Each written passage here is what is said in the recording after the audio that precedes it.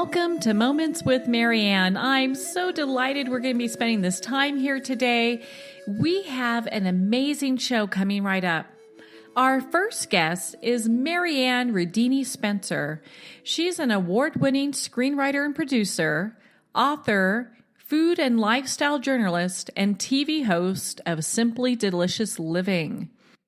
Marianne is a well-known executive producer and has produced movies and series for such networks as Showtime, Sci-Fi, The Movie Channel, USA Networks, and Time Warner.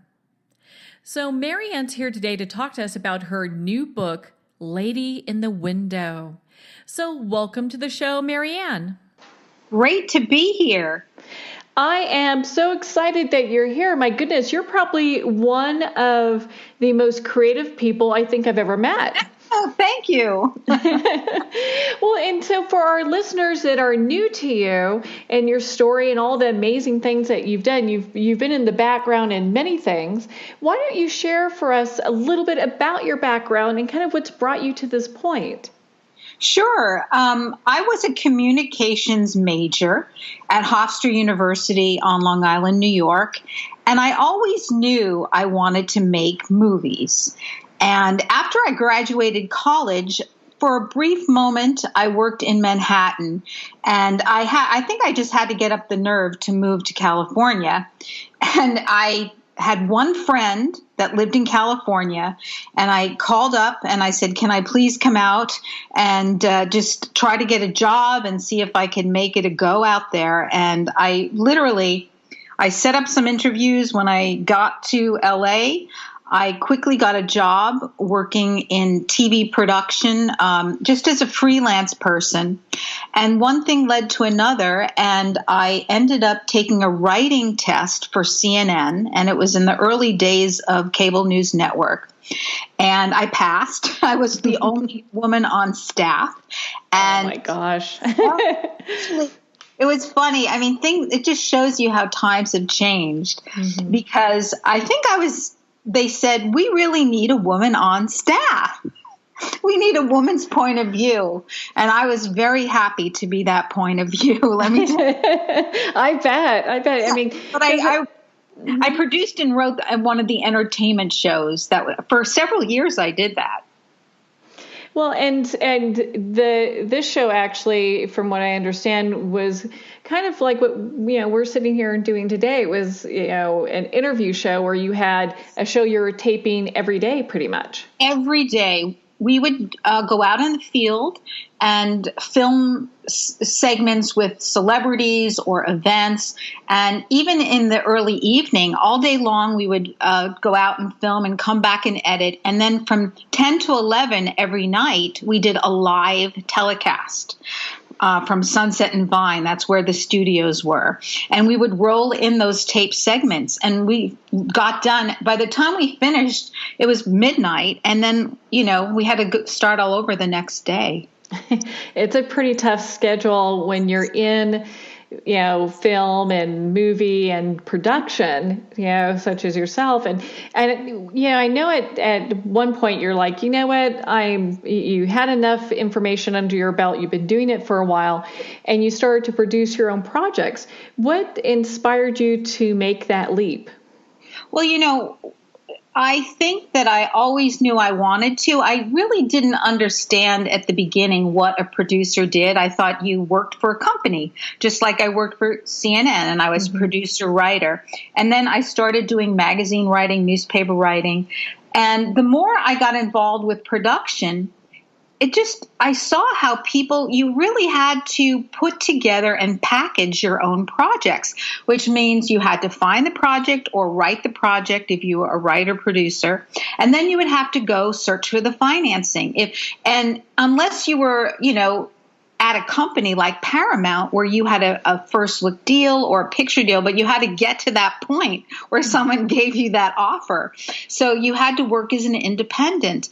And I did all that. And I started doing a lot of movie production, working with Showtime Networks, USA Networks. I worked a lot with Roger Corman, who gave everyone their starts, and he actually gave me mine. He saw me doing publicity on a movie, and he said, "I love your work. I'll give you a first look deal at my studio if you do the publicity, and then you can bring me projects and I'll say yes or no." And that's exactly what happened. Oh my gosh. And what a perfect place to be in, because there isn't that stress of, having to just, do everything. I mean, you at least had some assistance there. I did. And I had a producer who could green light projects. Roger Corman did thousands of movies. Mm-hmm. And when I worked with him, we did several movies for Showtime Networks, and they were really nice quality movies. And I was very happy to work with him because he had his own studio. We had our own production. We also did a lot in Canada at the time. So we were working in Los Angeles and Canada, and he was just a fantastic role model because he had done so many movies and worked with everyone in the business. And from that point on, right after that, I decided to write my own projects, not just produce movies that other people wrote. Mm-hmm. So one thing led to another, and then I also always wanted to write a novel. So that's how I got involved with Lady in the Window. And I think I had the ideas for books all along, but I never really put myself on a schedule to write. Well, and it's tough, especially when you have that kind of a schedule with, producing.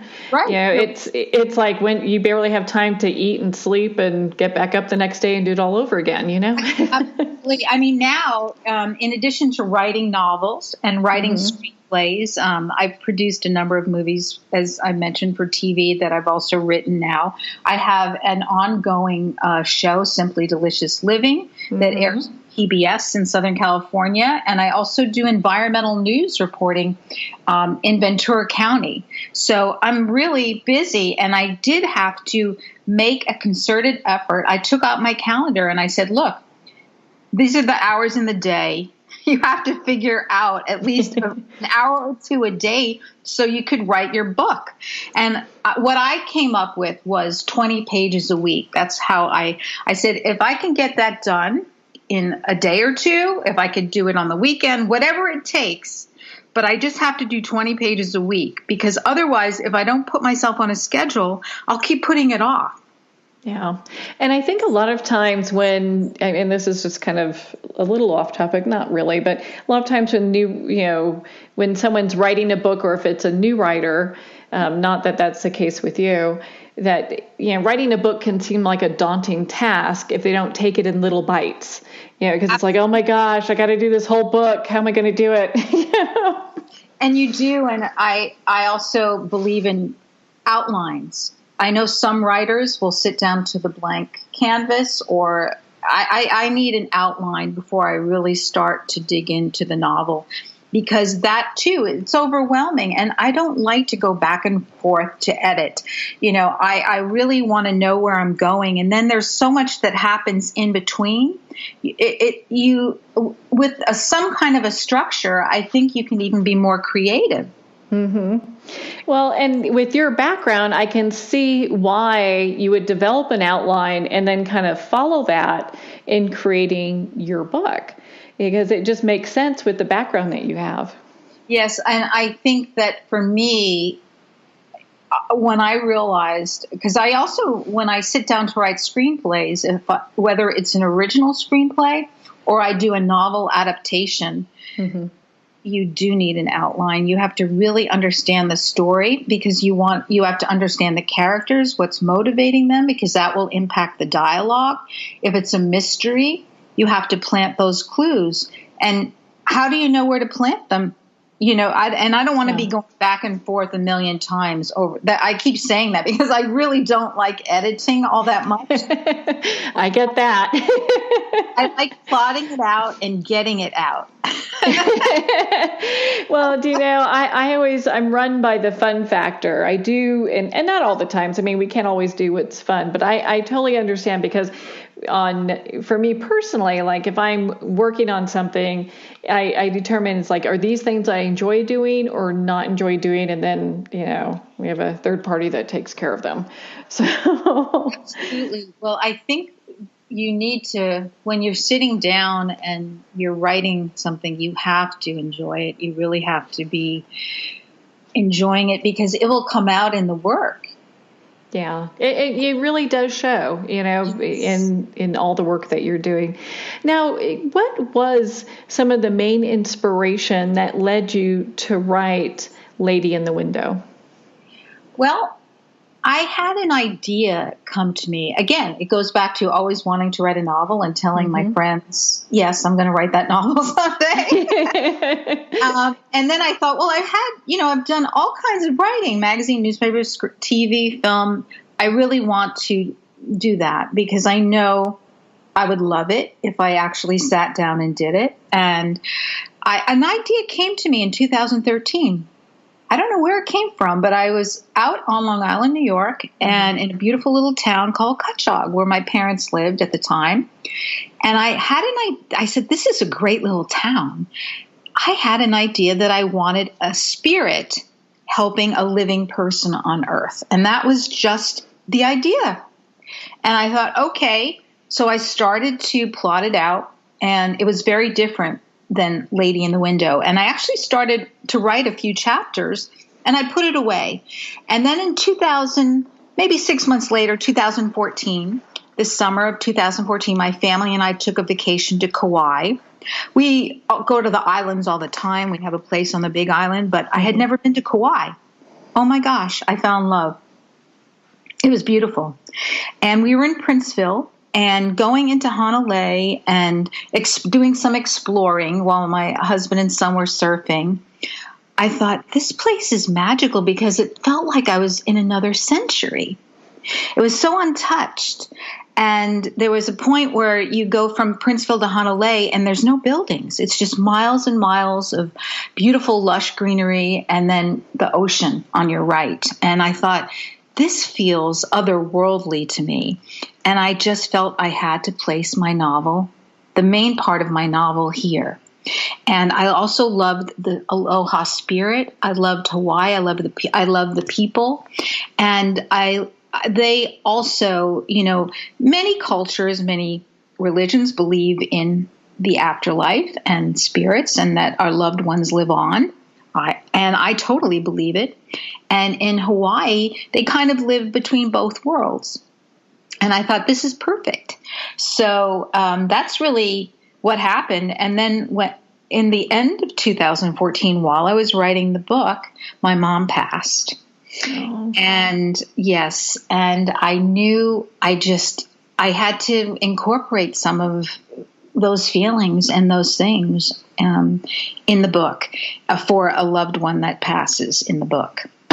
Well, and what it almost seems kind of fortuitous to write that kind of a story. Here you have a story where a past loved one is, assisting someone here and, and then going through having a family member pass. I know a lot of times we get those kind of messages from them.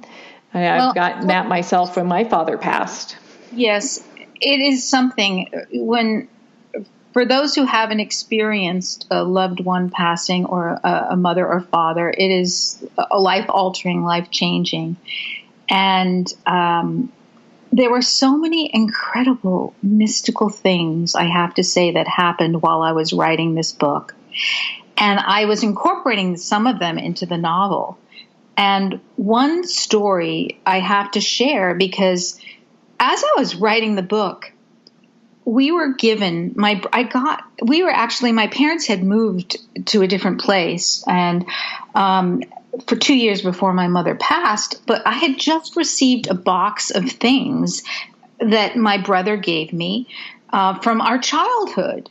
And all the siblings got a little box, and there were cards and presents and all kinds of things in there my parents had saved. And my parents had saved some little novellas that I had written while I was in school. And I thought, oh, wow, and I put it away. When I was writing this book, I read some of those stories. And in one of the stories, this young girl, her mother passes, and the neighbor says, your mother, all you have to do is talk to her. She'll hear you. Our loved ones always are around us and help guide us. And I thought, oh my goodness. When I was like 12 or 13, and I'm writing about it now. So I actually use that in the book. I use that example. Well, and obviously you were meant to write this book because also, having that storyline, having that background at 12 or 13, writing this, and then also, in Kauai, where the Hawaiian Hawaiian spirituality is all about ancestors, It is. And, exactly. And that's the reason, because I had originally was going to place it in Europe. During World War II, I've done a lot of writing about World War II and stories, novel adaptations, things like that.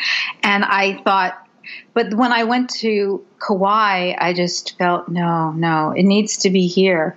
There was something about the timing of everything. And because, as I said, we go to Hawaii all the time, and I love it. And I love all the islands, but there was something about that time period, and it was so untouched, that particular area that we were in. I thought, this is like magical. Yeah. Every time I go to Hawaii, I have a great pull there myself. My family immigrated there when it was a territory, back in the late 1800s, early 1900s, and early 1900s, actually. And so it was, you just kind of, for me, it's always like going home. So every time I go there, it's such a, it's hard to explain. It feeds your soul in some ways. It feeds your soul. And that's also why my character, Kate, she goes through some things. Her life is one way when the book starts, and then she experiences certain changes, and she needs to regroup. She goes there to heal and to rest. Regroup, which I think people do. They need to do that. But there's something about, even for myself, I find that when I'm close to nature, it just feeds your soul, like you said. It relaxes you. You can think clearly. When I'm there, I dream differently. And I think my very first island was Maui when I went. My husband took me there before we were married. And I was like, we left after that vacation, I cried. When I went to Oahu, I did the same thing. After leaving, I cried leaving the island. I was like, I don't want to go. I don't want to go, And so now, like, every chance we get, I'm back there. Well, obviously there are always some places. I know I have friends that feel this way about Paris, and other people that feel different places in regards to different places around the world where you feel like your spirit is pulling you there. But what a great backdrop for your story, because I know you chose the location of New York and then Kauai, and it really brings that spirituality of Kauai to life. You could feel it in your book. Yes, well, I think because we bring a lot of ourselves in, I was feeling it as I was writing it. And when you're passionate about something, I think it does translate, but I don't think you can go there and not feel when you're in nature, when you're in that just incredibly beautiful environment. I think you do feel things. I think you can pick up on things, and I think it's very healing. And I wanted to share that. I wanted to share the beauty of Hawaii, and because I think Hawaii is definitely a character in the book. It feels like it, because you did such a beautiful job writing that it felt like it was a living entity. it's just like another character that was coming to life in your book as well. Right. Well, I feel that way about it. And it never ceases to enthrall me, fascinate me, and excite me being there. And I think for the Kate character, she felt that too. She feels it. Yeah. And that was probably part of me that I was putting in there, but that's what you do. Well, and did you intend, because it sounds like there are parts of this novel that really come from not just your personal life and experiences, but the relationships that you've had as well, like the relationship you have with Kauai and other people. Mm-hmm. Well, of course it is there. It is fiction, but you do draw from your life. Catherine, I couldn't help but draw from my mother. My mom is very much like that. And the relationships, I think family and love, it's so important. And with this, I wanted to convey, as I mentioned, how a spirit helps a loved one on earth. But it's also about family healing, because there's, certain things that happen. I'm not going to be a spoiler, but it's about family. It's about the spirit helping, different family members to heal. And we all go through these things where our lives change and things shift. And I wanted to... Originally, I didn't know how I was going to make that theme come through. But then after I had the idea of a spirit helping a loved one on earth, I thought also family healing. Because I think we always are going through healings of different kinds. Life changes. People leave, they die, you grow, you leave a job, all kinds of things all the time. And I did want to bring that through. And I think you always draw from your life experiences, and sometimes you don't, obviously, but when it has to do with love, I think there are relationships. Like, for example, I was thinking of this the other day. I did a novel adaptation, The Lost Valentine, which was a Hallmark Hall of Fame movie with Betty White and Jennifer Love Hewitt, and the Betty White character. That when I was writing that, I was thinking of my grandma. Aww. And in the novel, in the novel, actually, that character has already passed.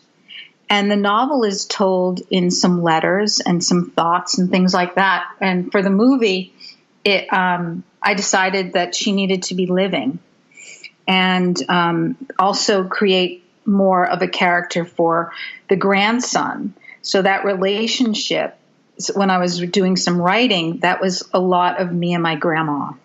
So only, in the movie, it was a son, her grandson. Mm-hmm. So I think that when you even look at biographies and of people who've written, they take from their life. And then they also take from their experiences or their travels. Sometimes stories and ideas can come, and it can be a lot of fiction. But even in the fiction, if something works for a story, or if there's a real feeling or an emotion, why not bring it into your story? Yeah, and I think also having that piece of, how you've incorporated, and what a lot of people feel like, whether they really verbalize it or believe it or not, is kind of life after death, and having our love, like love never dies, and having our loved ones with us, regardless where we are in our journey. And a lot of times having a book that, is such a fun read as Lady in the Window, that kind of, has that as part of this story, just, I think, gives a lot of people comfort when they are probably dealing with their own loss of a parent or a loved one. I hope so. And I did it more than, I'm glad it gives comfort, but it is what I believe, and it's also what I've experienced. Mm-hmm. what Kate experienced with her mother in the signs, I've experienced those things in my life, and my brothers and sisters have. And we talk about it. I know some people don't like to, or they get nervous about it, but you can do research. A lot of people have had experiences. While I was writing this book, it was sign after sign after sign. You just have to understand the synchronicities. And I wanted to put that in the book. And they happened while I was writing it. So I felt like I was, in a way, guided. Well, and they were perfectly, placed within the story. It makes it so much fun, and I get it. When my father passed, he's very much a jokester, and he loved to play pranks. So I would pick up a book and I'd put it on my desk and go into another room, come back, and the book would be gone. I'm like, gosh darn it, there he goes again. Absolutely. Absolutely. There was one little point where she's talking to a bird in the book, because she's thinking of her mom. And something very funny happened with one of my editors, with a bird. And it was right after I had written that. And she totally believes in the signs, and she had seen a bird feather at that same time, because I was writing. And it was a lot of synchronicity, and she had mentioned it to me, and I started to chuckle, because I'm thinking, that wasn't an accident. Yeah. Those things show up as, I look at them as markers in the road, kind of saying, hey, I'm thinking about you. I'm here. Also, when I went to the Big Island to speak to the gentleman who helped me with some of the Hawaiian translations, he's a cultural practitioner, Danny Akaka Jr. On the Big Island. And one morning I decided to get up early, walk to the shops, and I saw this Hawaiian priest. He was in Hawaiian garb blessing a store window. Now, I wasn't supposed to go that way. I didn't even see him initially. I just saw a crowd gathering, and I just wandered over there. I felt like, okay, I'll just take a look, see what's going on. And I looked at the person next to me, and I saw Danny doing his thing. Now, I never had seen him. I didn't know who it was, but I turned to the person next to me, and I said, is that Danny Akaka? And they said, yes. And I'm like, how did I know that? I was supposed to go a different direction. Why did I go in that direction?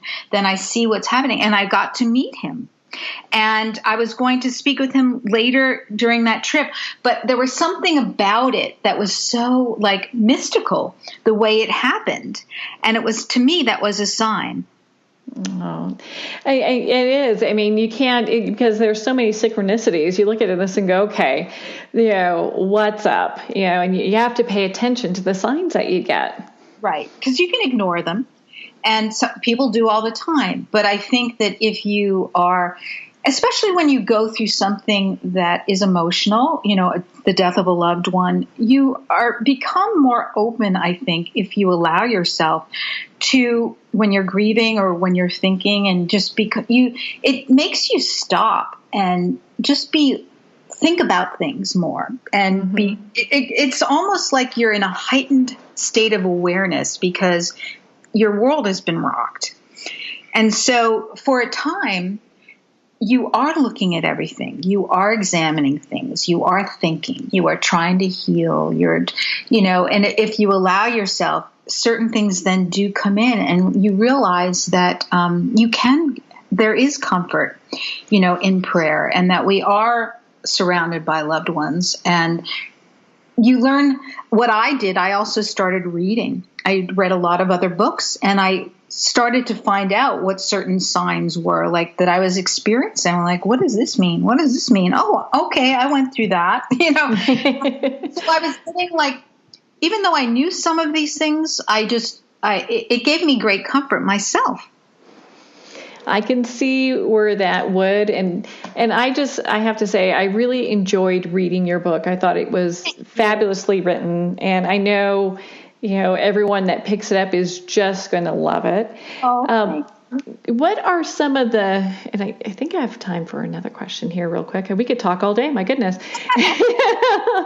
What is something, if you had to look, think about your book and the story and just in your story, what is something that you want the readers to walk away with when they pick up your book? Exactly the same theme, that we are guided. If we are open to the signs, our loved ones and Spirit, God, they are, if we pray to God, we can access Him. He's in us, He's around us, and our family members are around us. And I believe in that. And I think that it gives me great comfort to know that. But I also believe it with all my heart because I have experienced some amazing things. And I want people to take away that there's always hope, there's love, and that we have to cherish everything, all the good in our life, all the time, and remember it and give gratitude for that. What a beautiful note to end our time together on, Marianne. Thank you so much for being here with us and sharing your book, Lady in the Window. Where can our listeners connect with you and be part of your community and, of course, purchase the book? Sure. Well, the book is available at Barnes & Noble and Amazon. It's hardcover or an ebook, and you can get it online or at Barnes & Noble stores. My website is just my name, maryann-ridini-spencer.com. That's too difficult for people to remember. They can go to ladyinthewindow.com. It will bring you right to my website, and there's more information about the book there and other projects. Oh, Marianne, thank you so much for spending this time with us today. It has been such a treat to spend this time with you. Oh, it's so great to talk to you. I feel like you're an old friend. I feel the same way. We're going to pause here for a quick break, and we'll be right back after these messages.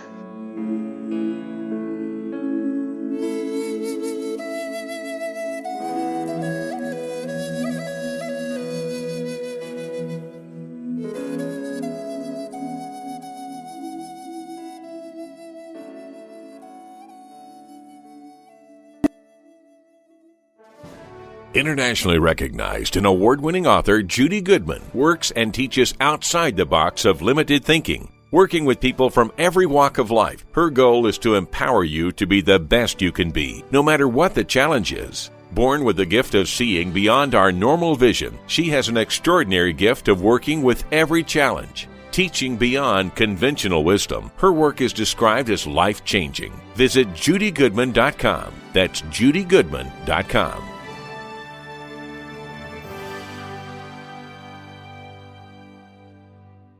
Have you ever had the sense that your thoughts might actually be doing something? Ancient secrets of manifesting have been masterfully revealed in the award-winning book Manifesting 1-2-3 by Ken Elliott. For the first time, the author's experiences and stories in this book describe exactly how your thoughts can create anything. You've been doing this all your life, but it's never been fully explained for you until now. Visit manifesting123.com for more information today. Manifesting123.com. Ben Wexler is a gifted leadership development and strategy consultant for professionals who want to transform their organizations and careers. Through a uniquely personalized set of processes, participants discover their unique knowledge, how to leverage that knowledge and experience, and then put it all together with a global strategy. You're more valuable, your organization is more valuable, and the change is viral. Contact Ben at 630-881-1074. 630-881-1074. this is Jennifer McGill. My highly anticipated new album, Unbreakable, is now available at jennifermcgill.com. Everything from power ballads to high-energy jam-out-in-your-car songs. I used my highest joys and deepest pains to create empowering songs of love, strength, healing, and restoration so that you can be unbreakable too. Get your copy of Unbreakable today from jennifermcgill.com. Because who doesn't want to be unbreakable?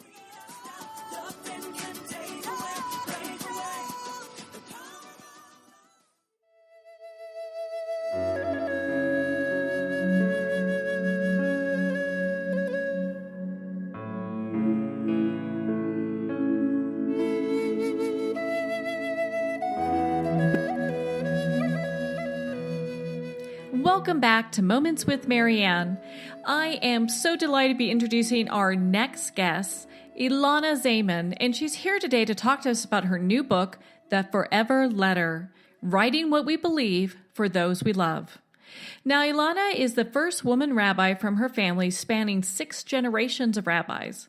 She's also a chaplain and a writer and travels throughout the U.S. and Canada as a scholar in residence, speaker, and workshop facilitator.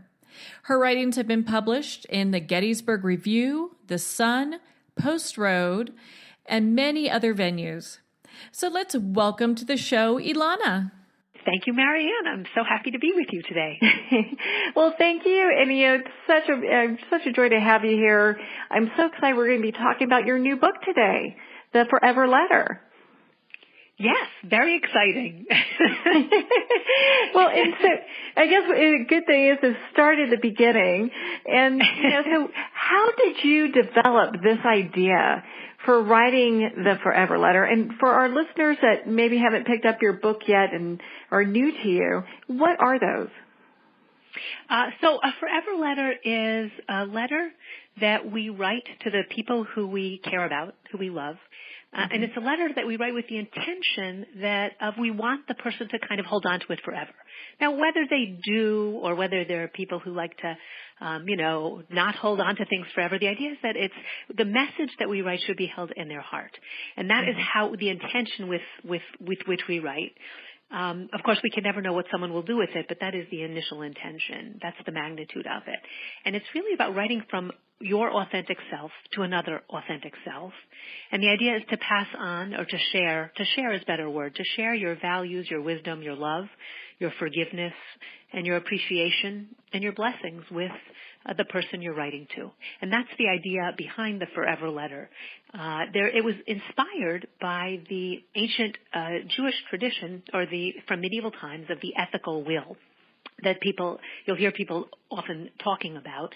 And an ethical will was a letter that passed on values, wisdom, and love, but it was really, at the time, it was written as usually by parents to their children, and oftentimes it was set aside, written maybe re-added to over the course of time, but set aside and often given at the end of life or after one had passed, or after maybe one, if one was going on a trip in ancient times and you weren't sure if you were going to make it back, you might write this letter or leave it behind. So this is where the idea sort of emerged from. Oftentimes those letters were very prescriptive, and they were often here is what I want you to follow, and here is what you must follow. And so it's kind of taking this idea and translating it into more modern lingo, and to really bringing it out even in a more psychological level, to say, here are things we want to connect with each other, and it can go in all directions, right? Kids can write to parents and honor them for the values they received. And forgiveness goes both ways, right? It doesn't matter who starts. One of us has to start, and one of us has to sort of reach out to a friend or maybe, a colleague. So it's the idea of really having time to reflect on what who we are and how we feel about the person we're writing to. And it gives us, just gives us more time than, it's bringing back the really letter writing with a real intense purpose and the reflective quality of it, not what would happen in sort of a text or a quick email or a Twitter account. This is reflective thinking. And you asked how I came to it. I came to it because when I was about 14, my dad, who was also a rabbi, he came home from synagogue, and he was teaching a class on these ancient texts. And everyone in the class, they put together this little booklet. And so he came home one day and he said, "Hey, here, one of these is mine. Go guess which one." And I was like, "Okay." And my father didn't usually do that. So I went into the den and I looked at this booklet and it said ethical wills. And I'm like, I don't know what those are. But I saw when I opened it, my father's introduction, that these were letters of sort of values parents were passing on to their kids. And then I saw all these letters. And it's usually it said, dear children or whatever. Sometimes it said dear daughter. I could eliminate that one, and love, father or love, mom or just love. And so in like about 10 minutes, I made it through these 18 or so letters, and very briefly, I didn't read them. I just sort of like, which one sounds like my dad? And I kind of eliminated a few, and I came back with about 3-4 choices. And my goal was, again, not to read the letters, just to get a sense of which ones might be it so I could go back and read the right one.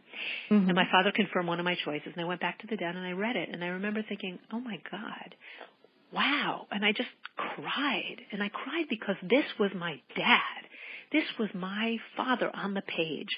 And, as a synagogue, rabbi who was beloved, it was this feeling for me of, wow, he knows he's not perfect. It was really kind of a inspiring moment for me, because not that he thought he was, but there is this illusion when one is clergy that, one walks close to God.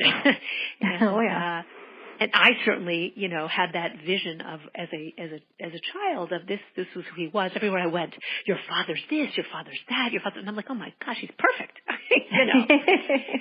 And here he was, not being perfect and saying some of his weaknesses, and how our weaknesses, our strengths are often our weaknesses, and how sometimes what bothers him most often about some of us, his kids, is when we're most acting like him. Or at least those aspects of himself that he likes the least. And so it just was profound, and I sat there with it. And I don't even know if I ever went back and said, Dad, thanks. But I just held it, and I took it with me wherever I went. And, it served as this kind of connection to meet my dad from that period of our history and time, and also to who I was at the time and to our relationship at the time, and just when I needed a boost or whatever, I could just just to hear his voice, I could pull it out. And he's still very much alive, but there's something. He hates the phone, by the way, hates the phone. Mm-hmm. So this gives me a little opportunity to sort of hear him in writing, and it's just really such a gift. Well, it sounds like it made such a huge impact on you at such a young age. Is that some of the reasons that you went on to become one of the first women rabbis as well? I wasn't probably one of the first. I was in the conservative movement, though I was on the earlier end. That is true. Mm-hmm. I think my father and his profession really influenced me a lot. When I was a kid, though, I couldn't become a rabbi because it only became available, at least in the conservative movement, which the movement I grew up in like 1984.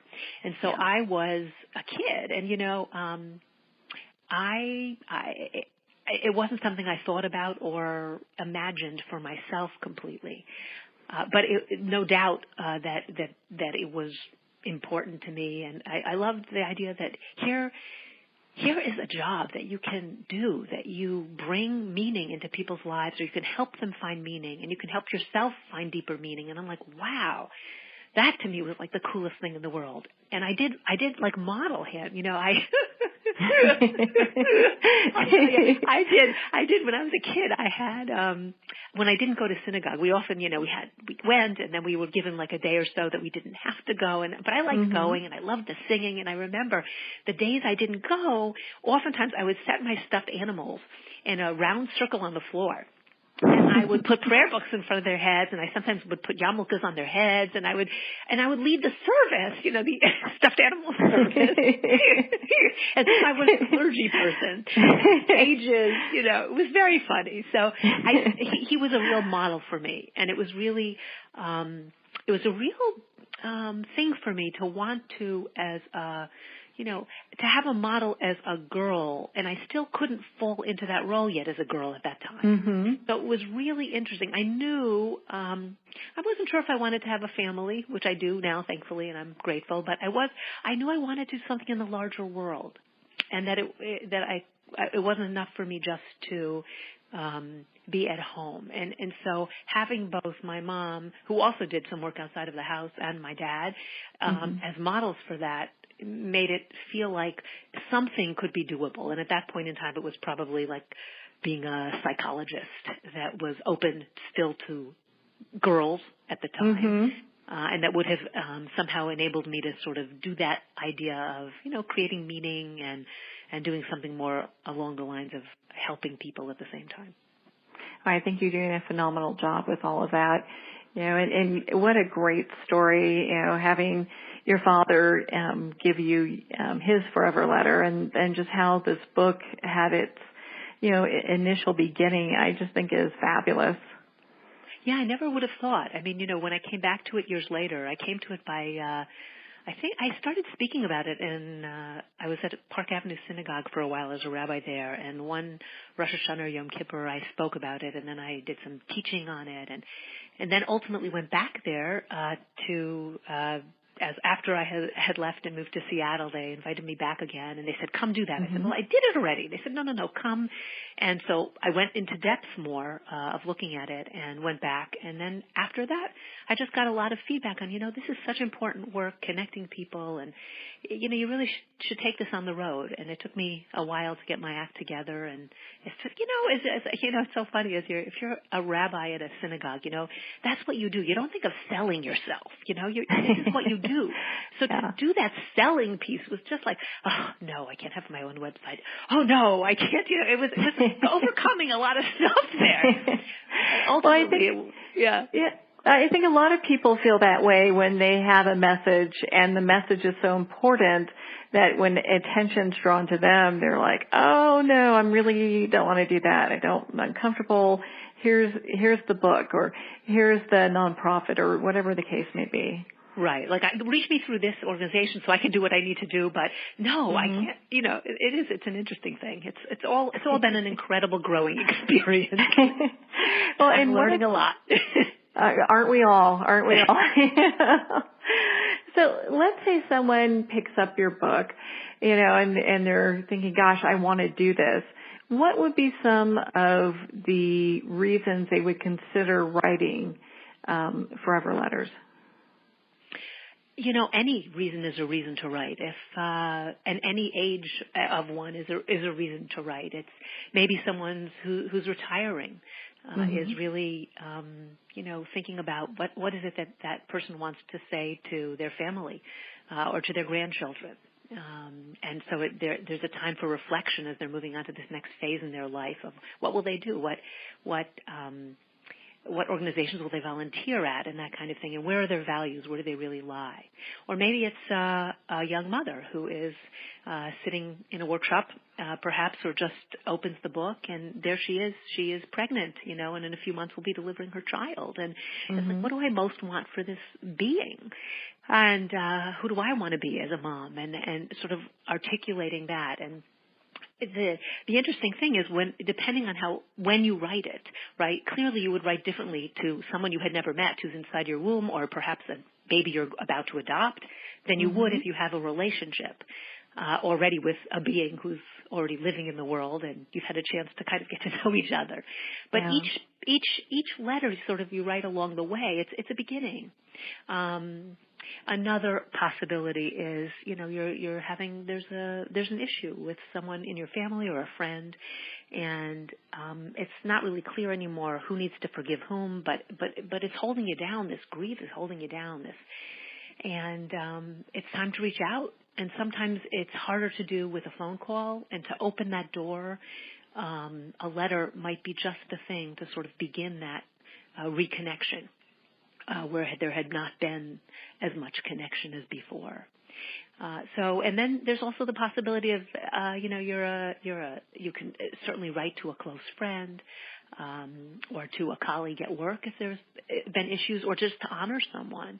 And for kids to write to parents, what an amazing thing, you know. So this tradition really went, you know, passing it down. And now it's about really like, what can I say as a kid? What do I most want to say to my parents? What did they give to me in terms of values and wisdom? And how do I want to honor them? Or maybe there's something going on between us that we need to talk about, and maybe I'm the one to write that letter to them. So it can be used in so many different ways. But the idea is that there's an intention there, and there's a sense of urgency, right? And especially in this day and age, I mean, just look at all these, you know, this devastation environmentally that we're facing with the hurricane, and just our general political situation where, you know, if you're on the opposite side of the political divide, people can't really talk to each other. And there's so much, you know, just division within families if you're not on the same page. And, you know, how do we still hold on to that kernel of love and respect and honor and see the holiness in each other? And this enables kind of that possibility. And so the idea is it's not just a letter saying, hi, hello, how are you? Let me tell you of the day's events. It's not a family history saying, here's what I want to tell you. It's a letter really, you know, there might be family history woven in, but it's a letter really saying this is the me. This is the most me of me that's writing to the most me, you of you. And what is that essence that binds us together? And what do I respect in you? What do I love in you? How do I uplift you? And if there are issues between us, how do we come to talk about them? And so in the book, I talk a little bit about how to write to be heard.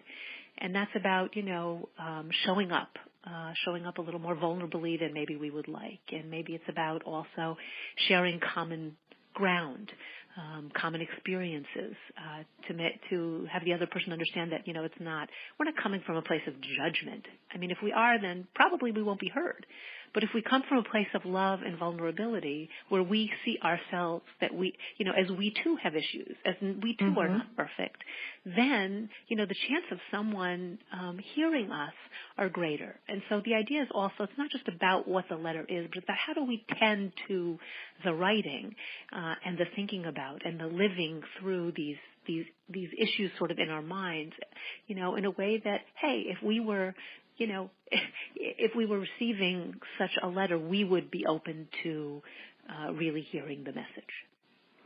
And I think it's such a great doorway to opening conversation where perhaps people are either avoiding it or hasn't been there for many years. And it just allows for forgiveness to start to take place. Yeah, I really think it does.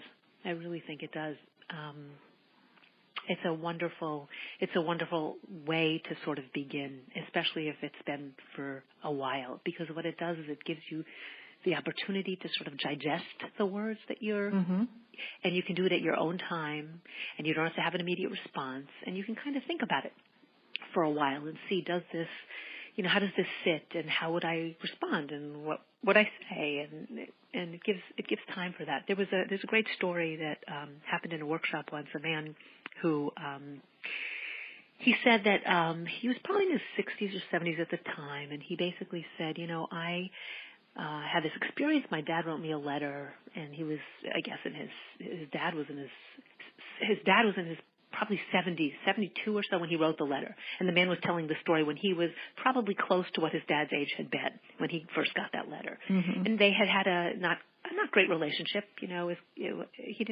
Dad wasn't attentive and whatever else was going on. And they really weren't connected. And the father reached out, and what he said to his son was this. He said, you know, I was diagnosed with a terminal illness, and what I really want is for us to be able to connect with each other. And the son sat with the letter, because he could. It was a letter. And he sat with it, and, you know, he just thought, you know, better for me to be connected with my dad than not. I don't think we'll ever have a close relationship, but better to have something. And they connected, and they maintained a relationship. And the father lived until he was like 94. And so the father lived 20 more years after that moment of their connection. And, you know, the people, you could say, well, okay, you know, maybe was the father making up this, terminal illness kind of thing to get his son back. But, everyone in the room, most people in the room and myself too, felt that no, the father was really reaching out, and he did have something clearly, wrong with him physically, but the dissonance of carrying the grief of perhaps not being the father that he wanted to be was really making him unhealthy as well. And so there is something really about forgiveness and opening the door in that way. And there's the Forgiveness Project, and there's at Stanford, and then there's other theorists who talk a lot about forgiveness and how it can remove your body can function much more healthfully, et cetera, if you just imagine forgiving someone. And if you don't imagine forgiving someone and you're holding that, your body is already, as they test you, is already not functioning as well as it can be. So it's a pretty powerful thing. Well, and it doesn't just have to be, by the way, it just doesn't have to be about forgiveness. There's this, in one of the workshops I did, it was great. There was a young woman who told the story of how in their families they had birthday letters. And every year, everyone in the family was expected to write a very special letter to the person whose birthday it was at that time. And she said when we were kids, it was still expected of us. So we had to make time and spend and draw pictures. But they had to be really nice, and we had to spend time with it. And that was what was communicated. And so she said that over the years, she has from her siblings and from her parents, from every year of her life, a letter, a really special letter about, who she is and what it means. And the parents started this, and it became a tradition. And what I didn't hear about this until it was much later in our family's life, but I was like, wow, that's great, right? And if you even build into the letter this sense of urgency of like, what do I most want for this being, and what do I most want to share, and who is this person I'm writing to? What a powerful, imagine having a box of those letters to go back to. What a cool thing that would be. I think that would be phenomenal to have something like that, And it kind of leads me to the question I have for you. So what if someone comes up and says, hey, you know what? I'm not a writer. I can write simple stuff, but I'm really not a great writer. What do you say to them? It's a question that often comes up. And basically I say, you don't have to be a writer. Because the person that you're receiving the letter from, it doesn't matter to them if you can write or can't write. You don't have to sound like Shakespeare, and you don't have to sound like Milton or any of our modern, authors today. You just have to sound like you. Just you. And if you have trouble with English, and English is the language, then you get someone to just maybe write down your words. But it's your voice they want to hear. It's your essence. It's not something big and magnanimous. It's you. And sometimes there are these situations where someone has sort of what's the word I'm looking for? Not outgrown, but comes from parents who really sacrificed their own education and worked to send their kids to school, and so they feel as if their kids have outshined them. And so, what more do they have to say to them? And no, they have a lot to say to them, right? And their kids respect them oftentimes so much that it doesn't matter if they don't have these highfalutin words. And who needs highfalutin words to speak the language of love, right? It's just about being you. And that's what it's about. That's the most important thing in the world, the being you. Yeah, being your authentic self throughout the whole thing. Well, so, this leads me to my next question. So let's say they're going to write this letter, but maybe all they want to say is, maybe it's not so filled with compassion. Maybe it's like, well, I told you so, and you should listen to me, or something along those lines, I wouldn't quite consider that a forever letter. If you're writing a letter with the intention of really wanting someone to hold on to it forever, and that's your intention, then what are you going to say, and how are you going to show up in a way where you actually, uplift someone? Now, there might be hard things to say. But there's also a way to say those hard things in a way that might be uplifting, right? When you did this and whatever, it was really tough, and I know, it's hard for you, but you are not that person anymore. You can uplift yourself. You're so, here are the things that I value in you that I hope you can someday value in yourself, right? There's so many ways that we can do that. If we approach the letter as saying, oh, I told you so, then we shouldn't write it. Then we shouldn't write it, because it's not a positive experience for us or for the person receiving it, and that will further increase the tension between us. We need to take a deep breath, drink a glass of Merlot.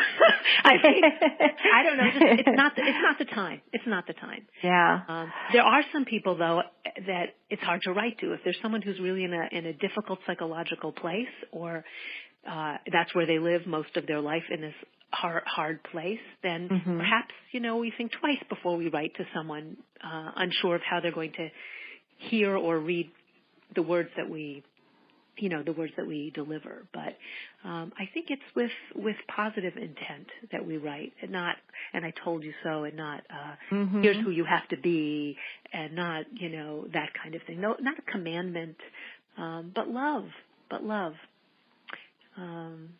Yeah, just in this, because otherwise it really isn't fulfilling the intention of the forever letters.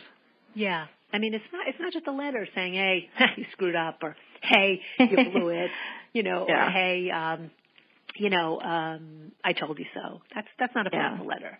That's not a nice letter, and certainly wouldn't be a letter I'd want to hold on to forever if I received it. I get that.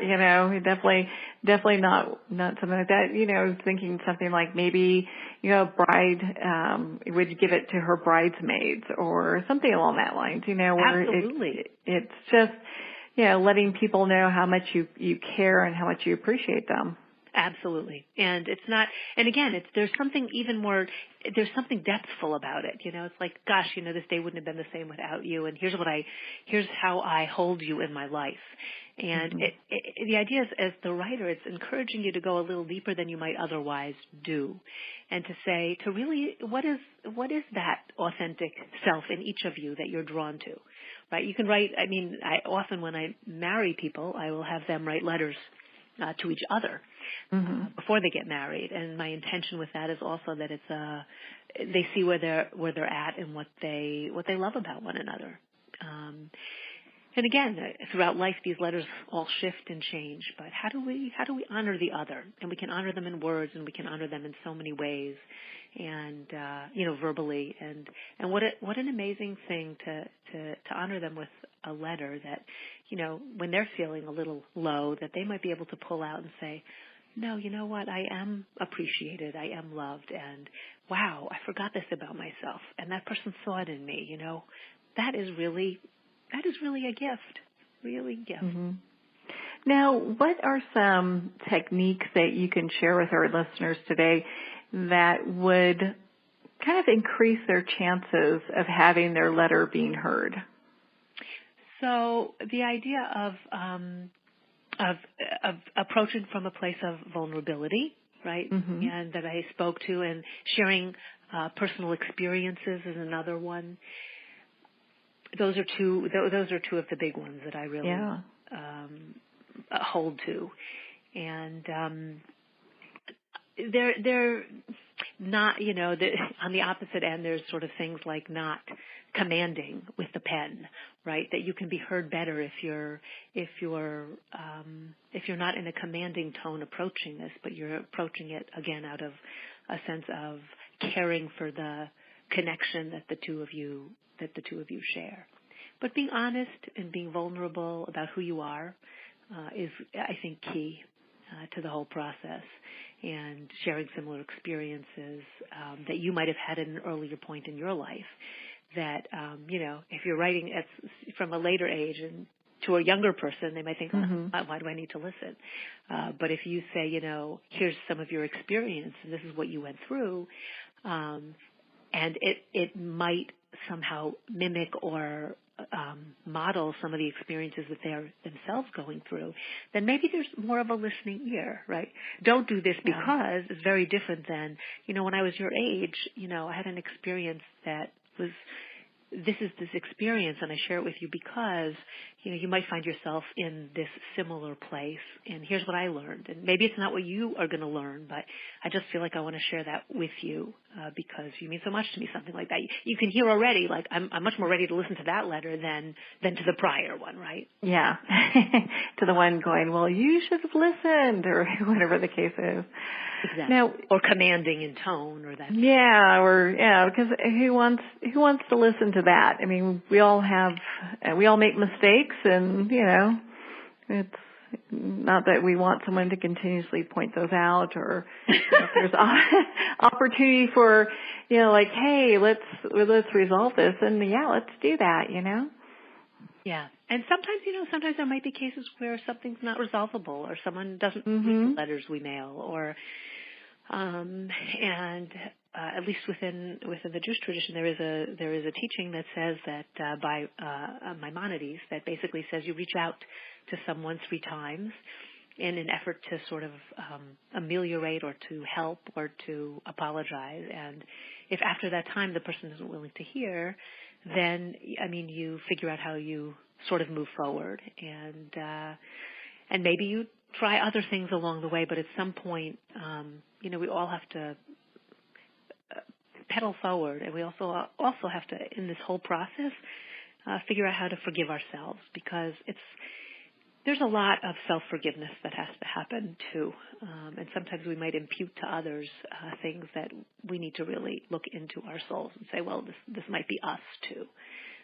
So that is a place to come to too. It's not only between ourselves and others, but it's really between ourselves and ourselves, and coming to terms with who we are and who we aren't.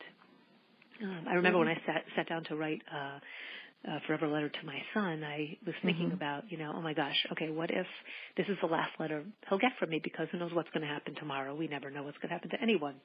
And so it was the sense of urgency. And it was also the sense of, if I'm not here, what I most want to say to him. And, I just sat down. I wrote dear Gabe, or Gabriel. I can't remember what I think, dear Gabriel. And I said, and I just began to cry, because it was this awesome thing of like, wow, what do I most want to say to you? What do I most want to say to you? Right? If we were to sit down and write a letter to our sister or our brother, what do I most really want to say?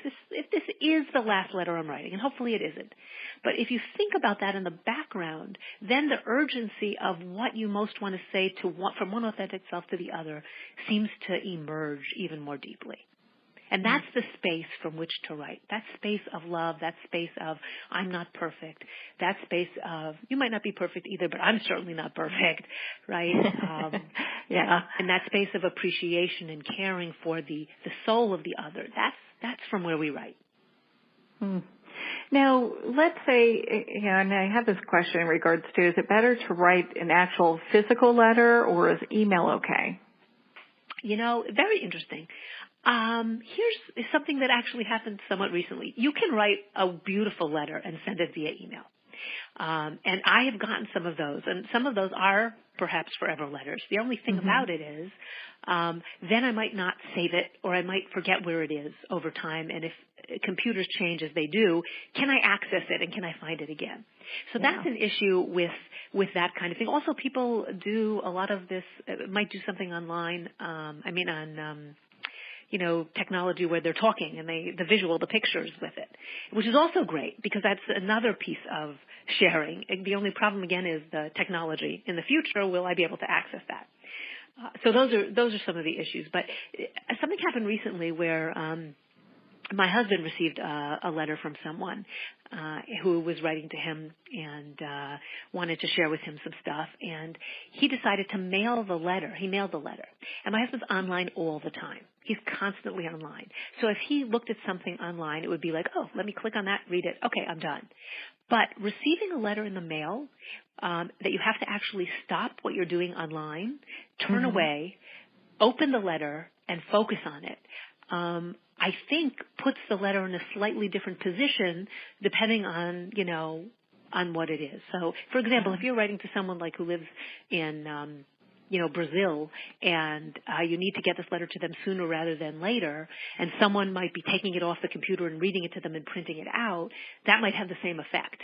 But if you're really just writing to the person who is going to be reading it, wow, how nice to have a letter because it just enables you to take the time.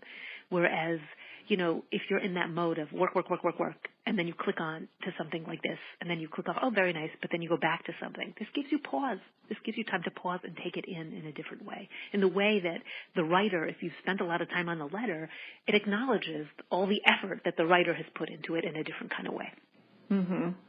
It really shows that there's effort that's involved in not just getting it written, but giving it to that person and making sure they get it. Yeah. Can I ask you, if you were thinking of writing a forever letter, who would you write one to? That is a good question. It's probably a very dear friend of mine. I'd write one to her. Mm-hmm. She's probably the closest person that I have. And, it's interesting when we go through our day, we're so busy. Man, we love and appreciate our friends, our family, in different people that come into our awareness. But a lot of times we don't really ever get to take the time to let them know exactly how much they mean to us. That's true. That's really true. And we don't.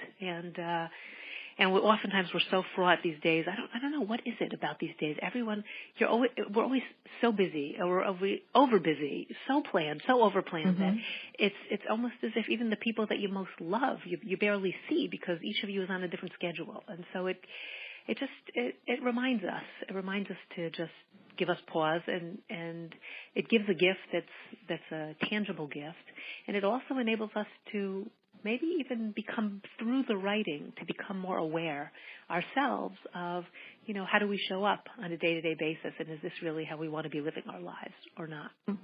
I think that's a beautiful note to end the show on. Right. And the time always goes by so quickly, Elana. How can people connect with you and be part of your community and learn more about your book? Oh, that's so nice of you to ask. The book is available on most online booksellers and maybe even in local booksellers, but feel free to go into your local bookseller and ask them to order it. And for me, you can just reach me, www.elanazaiman.com, ELANAZAIMAN. And, absolutely reach out to me through the website, and happy to connect. Oh. Well, Elana, thank you so much for taking the time to be on the show with us today. And thank you so much for having me on your show. What a treat. A blessing. Well, unfortunately, that's the end of our time today. I'd like to thank everyone for taking the time to tune in. You've been listening to Moments with Marianne. And remember, make every moment count.